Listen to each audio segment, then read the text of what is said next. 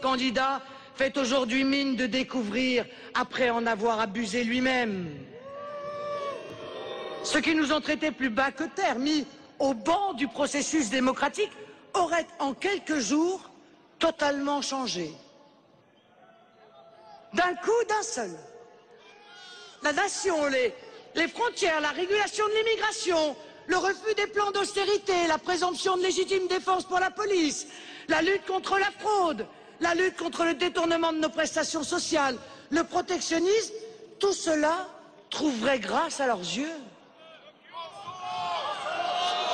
Brutalement, par la grâce d'une campagne électorale, par la magie électorale. Mais faut-il en sourire ou s'en effarer?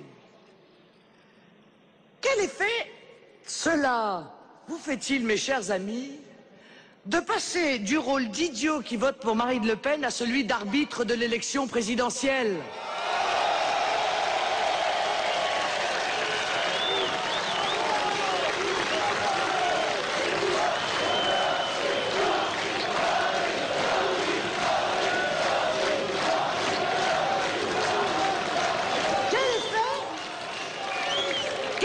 Cela fait-il d'être passé du statut de facho, raciste et xénophobe à Français ayant de vraies préoccupations et à qui il faut parler?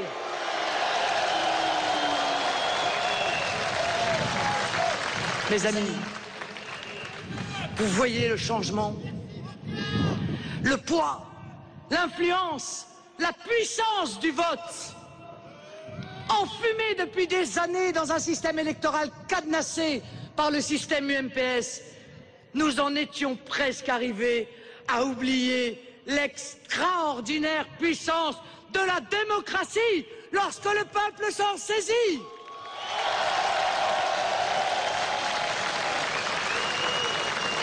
Mais voyez les mines déconfites des tenants de l'oligarchie.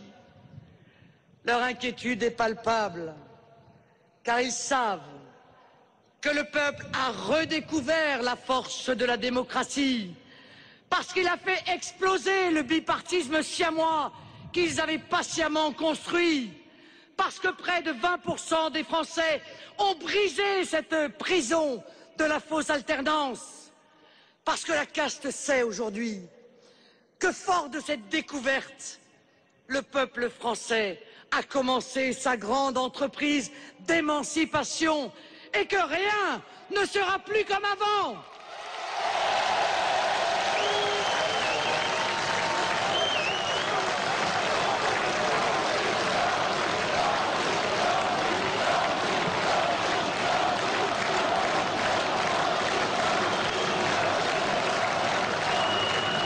Ils savent, mes amis,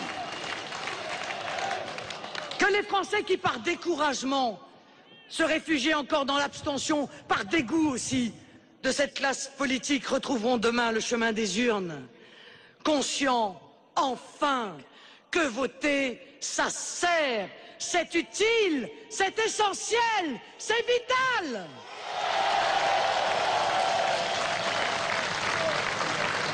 Après le 20%, ils parlent comme nous.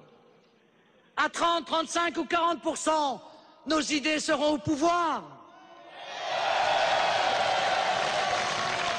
Et c'est pourquoi notre combat historique ne fait que commencer.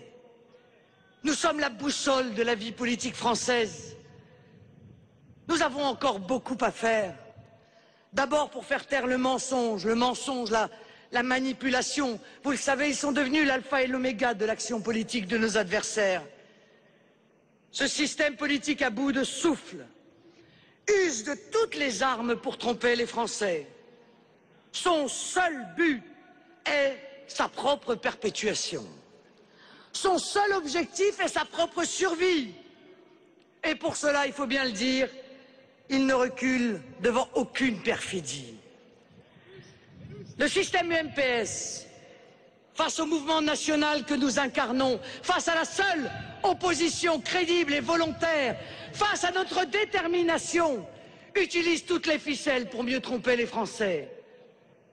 il est presque risible de voir un candidat socialiste découvrir au lendemain du premier tour la souffrance des travailleurs français et agiter le hochet d'un projet prétendument social.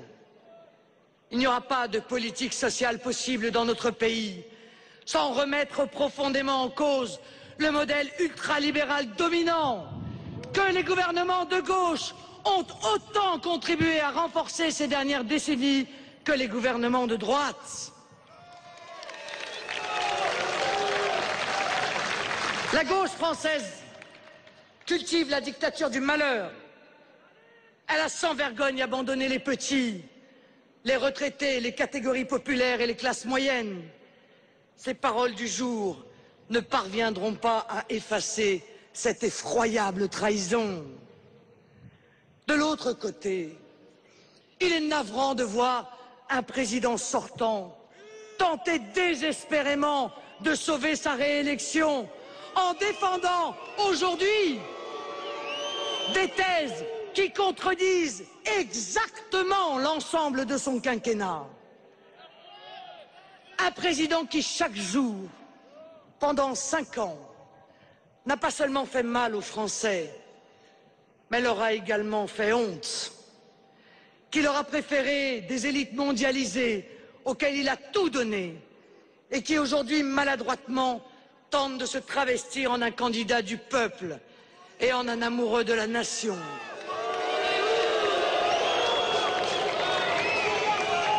Un président qui, pendant 5 ans, a fait exploser l'immigration, a favorisé le communautarisme, a dégradé le pouvoir d'achat des Français, a détruit leurs emplois, a toujours défendu les puissances d'argent et les banques, qui, pendant 5 ans, s'est accommodé d'un exercice sans partage du pouvoir par des technocrates illégitimes et qui, en fin de mandat, signe des traités nous privant du peu de souveraineté qu'il restait à la France.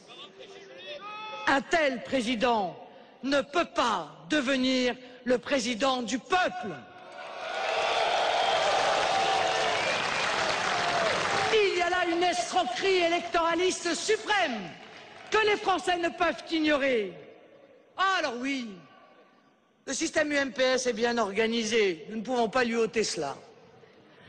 L'UMPS nous a ainsi inventé, pendant cette campagne, l'épiphénomène médiatique qui a disparu aussi vite qu'il est apparu. Je veux parler du sénateur Mélenchon.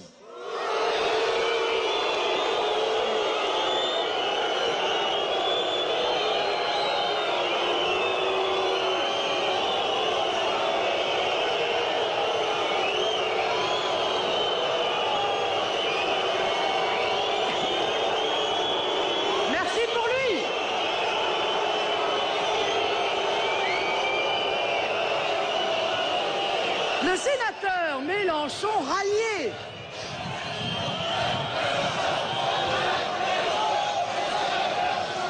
Rallié, permettez-moi, dès 20h01, le 22 avril dernier, à la gauche ultralibérale d'un Hollande qu'il avait fait semblant de combattre les mois d'avant. Mais tout cela était prévu. Nous l'avions dit.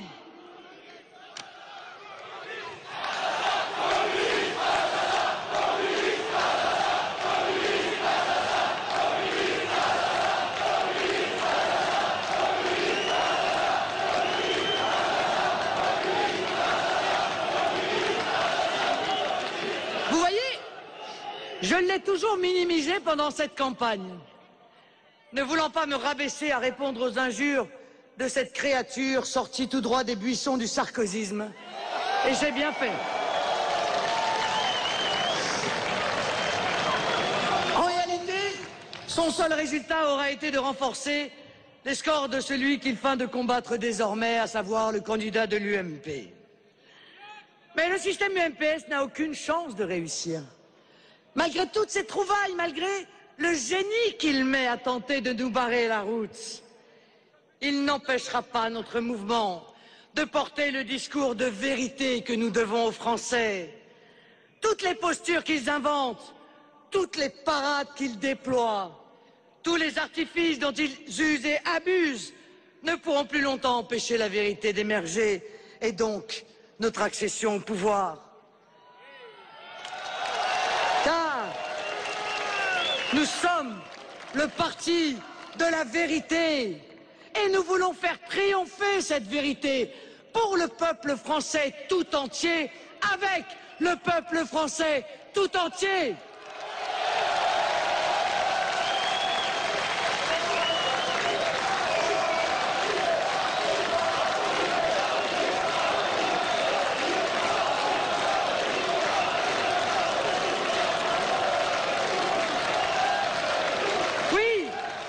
Disons-le très nettement et très fièrement, il apparaît aujourd'hui que nous sommes le grand parti du Rassemblement national. Il n'y a plus ni droite ni gauche.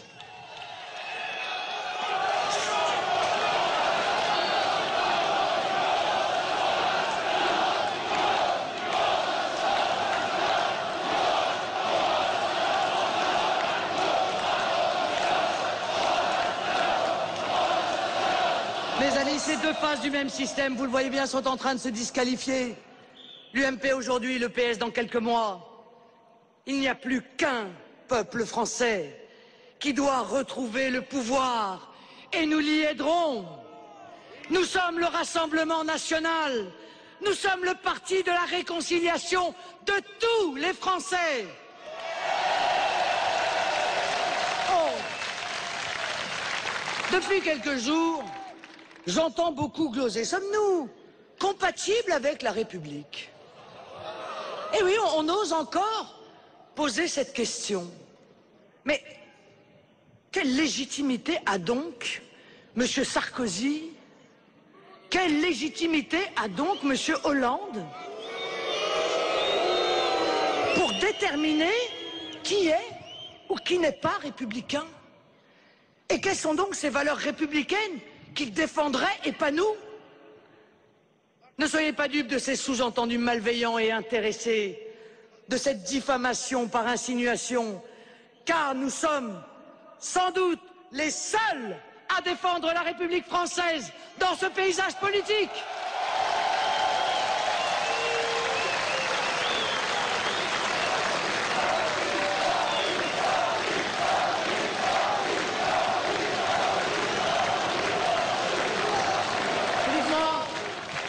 Est-ce républicain de voter dans le dos des Français en catimini au Parlement une constitution européenne pourtant très largement rejetée par le peuple?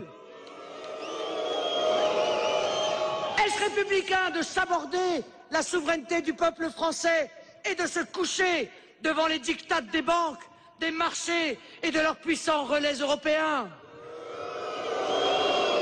Est-ce républicain de laisser des pans entiers du territoire en toute incurie, sombrer dans les mains des voyous, de bandes ou de fondamentalistes islamiques?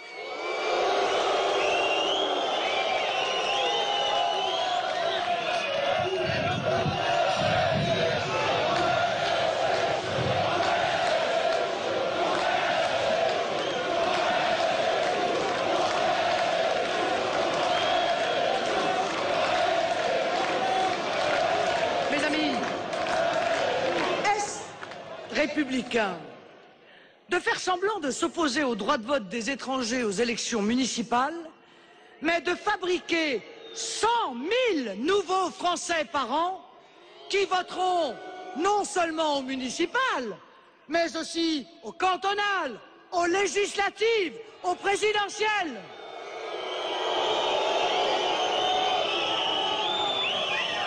Est-ce républicain de défendre la discrimination positive, de favoriser le communautarisme, de piétiner la loi de 1905 en finançant des mosquées?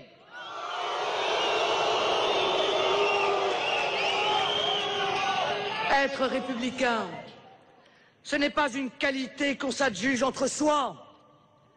Être républicain, c'est être en conformité avec les principes de la République française, démocratique, laïque et sociale. Eh bien, L'UMPS a tout fait voler en éclats. Elle s'octroie le titre, nous le dénie. Ce sont eux pourtant qui sont en dessous de toutes les exigences républicaines. Ce sont eux qui devraient s'interroger sur leur rapport à nos valeurs essentielles. Nous les respectons mieux que tout autre.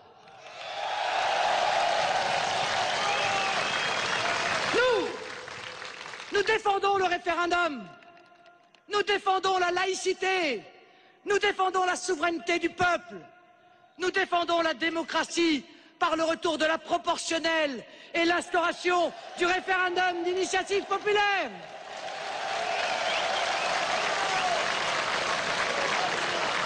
Notre projet est en accord parfait avec les grandes valeurs de la République française. Nous n'avons de leçons à recevoir de personne.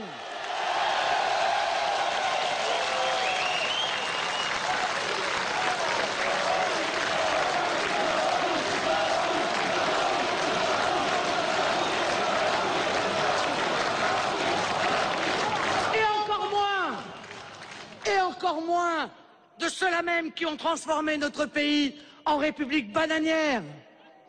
Nous n'avons pas de leçons de démocratie à recevoir de ceux qui ont magouillé les modes de scrutin, qui depuis 25 ans ont privé des millions de Français d'une représentation à l'Assemblée nationale,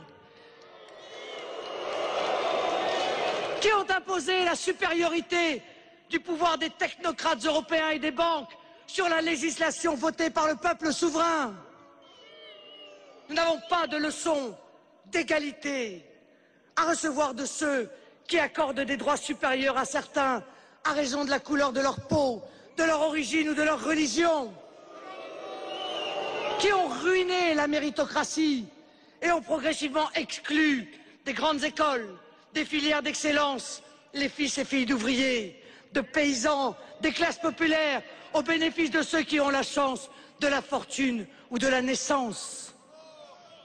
Nous n'avons pas de leçons de fraternité à recevoir de ceux qui ont créé 6 millions de chômeurs et de travailleurs précaires, des millions de travailleurs pauvres, qui ont créé des situations de dépendance dont ils se servent aujourd'hui pour affermir leur pouvoir sur le peuple. Nous n'avons pas de leçons de morale à recevoir des amis de M. Takedine, Guérini, DSK, Dallongeville, Vert, Souris, PHL, Tron, Cuchéda, Blanc, Amarin. Nous, qui avançons tête haute et main propre,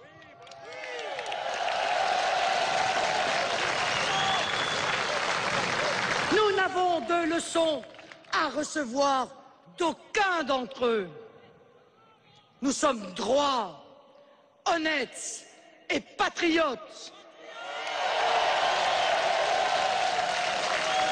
Nous n'avons rien en commun avec des gens opportunistes qui font de la politique au gré du vent et qui trahissent à tout bout de champ. Ils sont européistes et mondialistes, nous sommes nationaux et patriotes. Ils sont contre la souveraineté nationale, nous sommes pour. Ils sont pour l'Europe fédérale et celle des marchands, pas nous. Ils sont pour l'euro, nous ne le sommes pas. Ils votent 97% des directives européennes ensemble, pas nous. Ils sont immigrationnistes, pas nous. Ils sont contre le contrôle des frontières, nous sommes pour. Ils sont contre la suppression du droit du sol, nous sommes pour. Ils sont contre la priorité nationale pour l'emploi et le logement, nous sommes pour. Ils sont contre la création des postes de policiers et de gendarmes, nous sommes pour. Ils sont contre la proportionnelle intégrale, nous sommes pour. Alors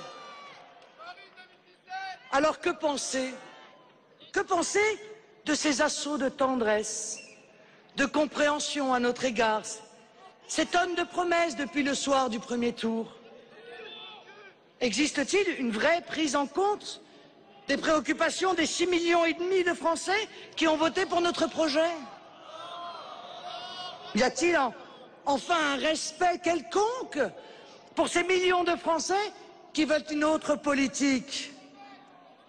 Peut-on trouver, ne serait-ce qu'une dose de sincérité dans ces changements radicaux de posture auxquels on assiste depuis dimanche?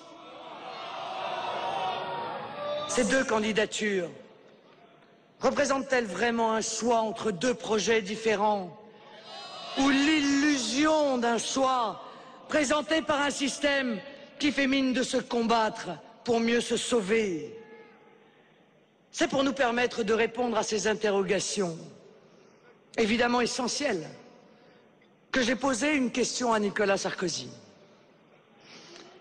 Si le PS est à ce point l'abomination de la désespérance, si sa politique est, je l'admets bien volontiers, mortifère pour notre pays, alors, dans les cas de duel PS, Rassemblement Bleu Marine aux législatives, que ferez-vous?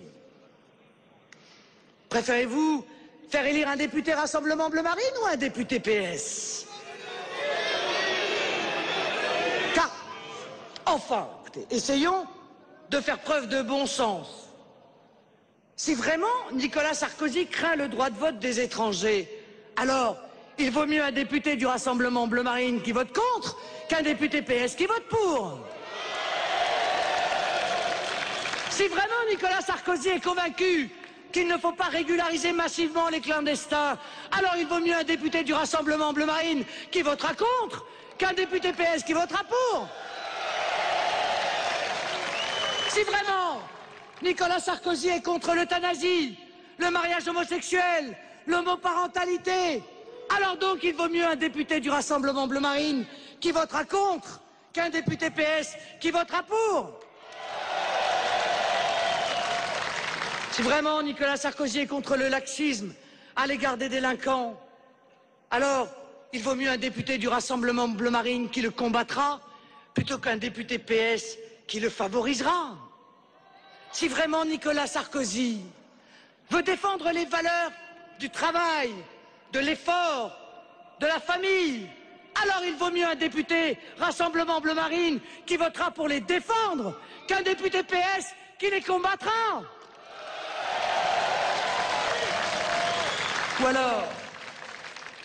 Ou alors tout cela n'est que du cinéma. Nous avions déjà la réponse de Nathalie Kosciusko-Morizet, Monsieur Wauquiez, Madame Joanneau, Monsieur Guéant, Monsieur Fillon. Ceux-là votèrent résolument PS. La réponse de Nicolas Sarkozy fut elle aussi sans ambiguïté. Il ferait, dans le cas d'un duel entre un candidat Rassemblement Bleu Marine et un candidat PS, voter blanc, abstention, et examinerait les candidats des qualités du candidat PS qui resterait en lice.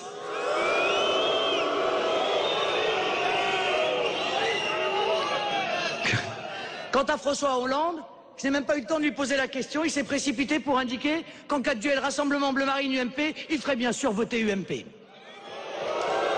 Ah ben oui, mais vous voyez que la clarification exigée ne s'est pas faite attendre. Le système UMPS est bien toujours à l'œuvre, prêt à se faire la courte échelle. Tout, sauf les candidats à Bleu Marine. Tout, sauf laisser une représentation à ceux dont on reprend les propositions, mais pour mieux les rejeter, les humilier, les nier, les exclure. Plutôt un communiste, un trotskiste qu'un candidat national.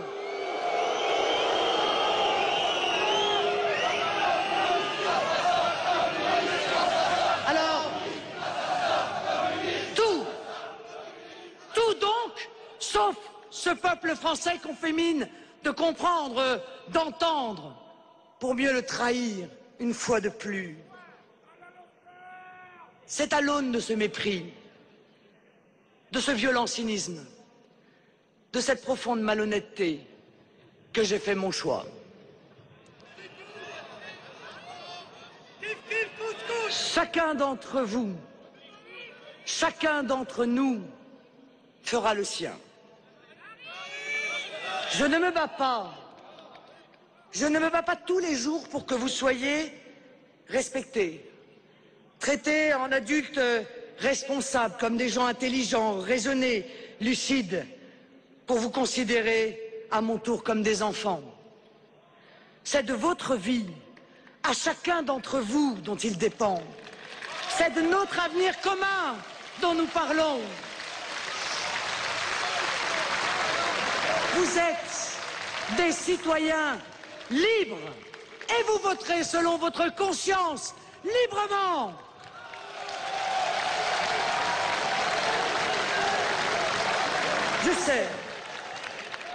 Je sais que certains espèrent encore dans un semblant de liberté et de patriotisme de droite, que certains croient encore dans un semblant d'égalité, de fraternité de gauche. Je crois, moi, qu'il n'existe plus que l'illusion d'une certaine droite et l'illusion d'une certaine gauche.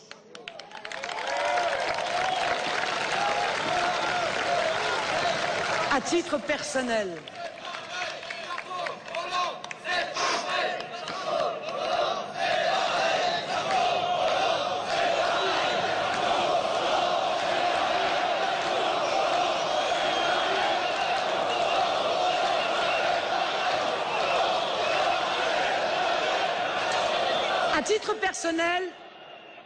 je me détournerai de ces mirages.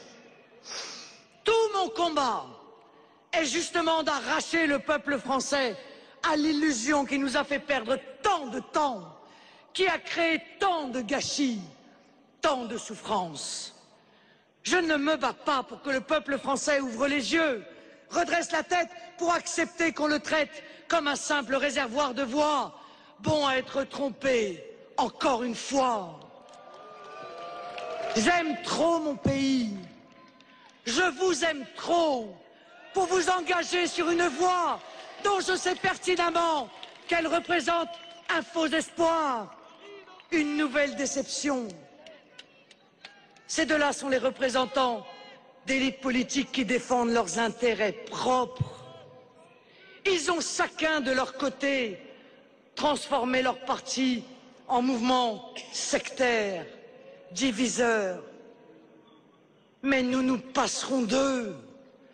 La grande réconciliation, le grand rassemblement se fera par la base, par ces électeurs qui refusent la machine à perdre, par ces patriotes qui ne comprennent pas que l'on exclut d'autres patriotes, par ces élus de terrain au plus proche des préoccupations des Français, qui voient bien que nos solutions de bon sens sont les seules qui vaillent et n'en peuvent plus des excommunications idéologiques imposées par des chefs déconnectés des réalités. L'avenir est à la recomposition, à la refondation de la vie politique française. Mes amis, le grand changement viendra du peuple. Dans toutes ses composantes, toutes ses sensibilités, le peuple reconnaîtra son intérêt commun, qui n'est pas celui de ceux qui le dirigent. C'est en cette fraternité de destin que je crois, pas dans les manœuvres d'appareil, pas dans les consignes de vote achetées ou extorquées à coups de mensonges, de promesses sans lendemain, de chantage artificiel. La vérité est que nous n'avons rien à attendre de l'UMPS. Voilà ma conviction personnelle. Alors, mes chers compatriotes, chacun d'entre vous fera son choix, en son âme et conscience, selon sa sensibilité, en espérant, pas trop je le sais, des promesses de campagne qui fanent aussi vite qu'elles fleurissent. Ceci est votre liberté première. Ceci est votre liberté première de citoyen que j'exerce moi aussi. Je n'accorderai donc ni confiance, ni mandat à ces deux candidats qui, pour l'un,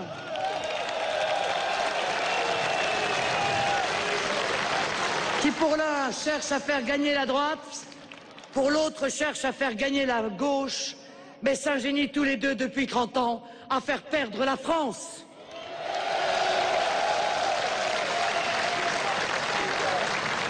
Dimanche, je voterai blanc et en juin, bleu marine.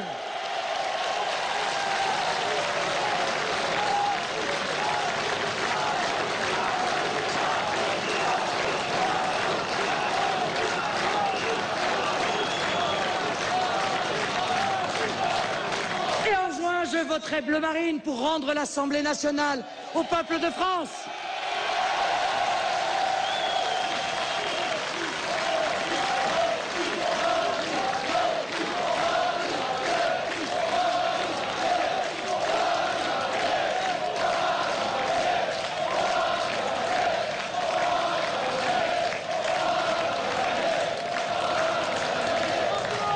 Je veux également que vous sachiez que les choses soient très claires. Je ne suis sensible ni au chantage, ni aux menaces. Personne ne me fera culpabiliser. Personne ne vous fera culpabiliser. Ni vous, ni moi n'aurons aucune responsabilité dans l'échec de l'un ou de l'autre. Ils en seront les seuls responsables. Car ils auront été jugés sur leurs piteux résultats, sur leur absence de sincérité, sur leur absence de morale élémentaire, sur leur abandon moral et matériel de la France et des Français. Nos espoirs ne se concrétiseront pas dimanche prochain, et au fond de vous, vous le savez pertinemment. Notre véritable combat, notre espérance, réside dans cette bataille des législatives qui s'annonce, et qui doit mobiliser toute notre énergie, toute notre force de conviction. Personne d'autre que nous ne fera le nécessaire pour notre pays. C'est malheureux, mais c'est ainsi. Nous ne pouvons compter que sur nous-mêmes. Voilà la seule et unique vérité. Car, mes chers amis, à analyser la situation nationale et internationale, tout nous donne raison en cette veille de second tour. Les solutions que nous préconisons sont les seules susceptibles de sauver notre pays et notre civilisation. Et la seule chance d'imposer la mise en œuvre de ces mesures, de mettre la France à l'abri de la déflagration sociale et économique qui arrive, c'est de faire entrer massivement à l'Assemblée nationale des députés du Rassemblement Bleu Marine.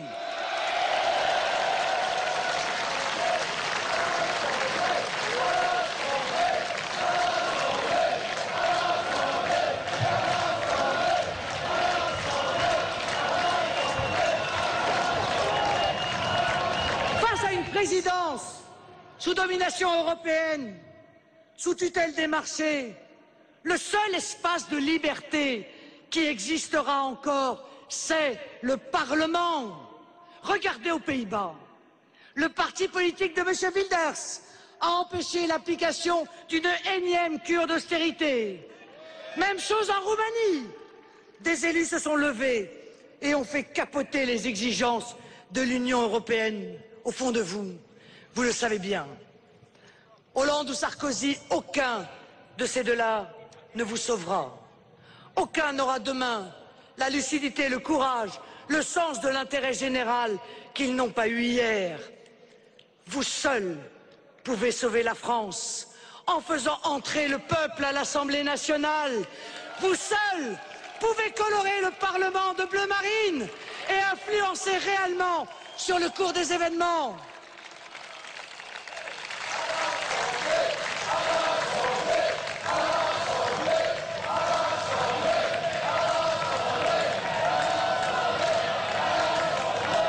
Reprendre son destin en main, peser enfin, agir, combattre, défendre aux moyens de députés qui ne seront ni à vendre, ni à acheter, qui seront, comme vous, libres de toute pression, de toute compromission, ni soumis, ni complices. Des députés, enfin, défenseurs de l'intérêt général et non d'intérêts particuliers. Des députés qui seront la voix du peuple oublié, invisible, méprisé. Ces députés seront vos soldats, vos défenseurs, vos avocats. Pour vous, grâce à vous, ils bouleverseront le cours de l'histoire. Vous restitueront votre nation, votre prospérité, votre histoire, votre identité, votre espérance, votre avenir. Alors, mes chers compatriotes, en ce jour du 1er mai, où vous avez par votre chaleureuse présence ranimé la flamme de la fierté française, de la dignité française, du courage français, de l'intelligence et du bon sens français, nous avons entamé tous ensemble le chemin qui, nécessairement, inévitablement, inéluctablement, va demain nous conduire à la victoire.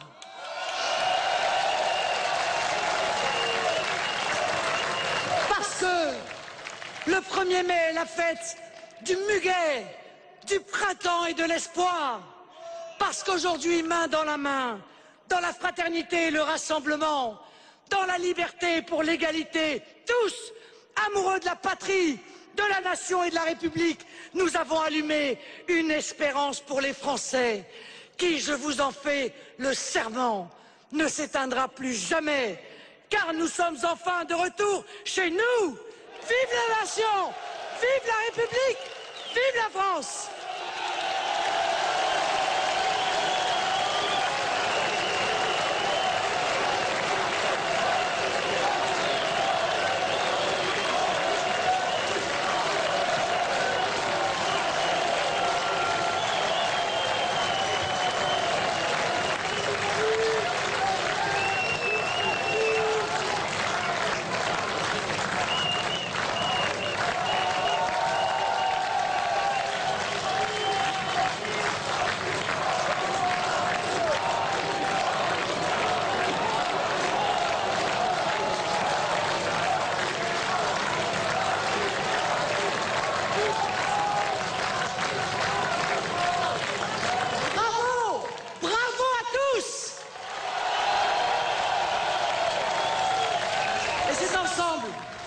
Que nous allons Il est 13h03, bienvenue à vous sur BFM TV. Vous avez pu suivre le discours de Marine Le Pen, place de l'Opéra, discours qui a duré 1 heure et dont nous allons analyser toutes les conséquences dans un instant avec Ruth Elkry, Franck Plateau et Bernard Sananès de l'Institut CSA, mais un 1er mai très politique. Oui, on va faire un tour de France de tous les endroits où BFM TV se trouve en ce moment, puisqu'il y a beaucoup d'actualités politiques.